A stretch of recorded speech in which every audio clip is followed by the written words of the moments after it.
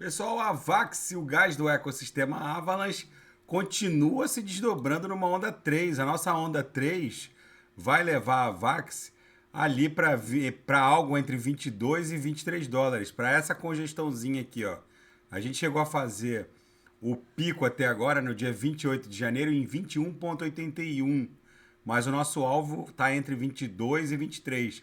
Aqui a gente vai se desdobrar numa onda 4, né? Isso aqui foi uma onda 1 que levou ela para o patamar da MM200, uma onda 2 que fez incursionar de volta para dentro do canal de Keltner, uma onda 3 que vai levá-la até 23, talvez 24, depois uma onda 4 e uma onda 5 vai levá-la para esse cume aqui na altura de 30, 31 dólares.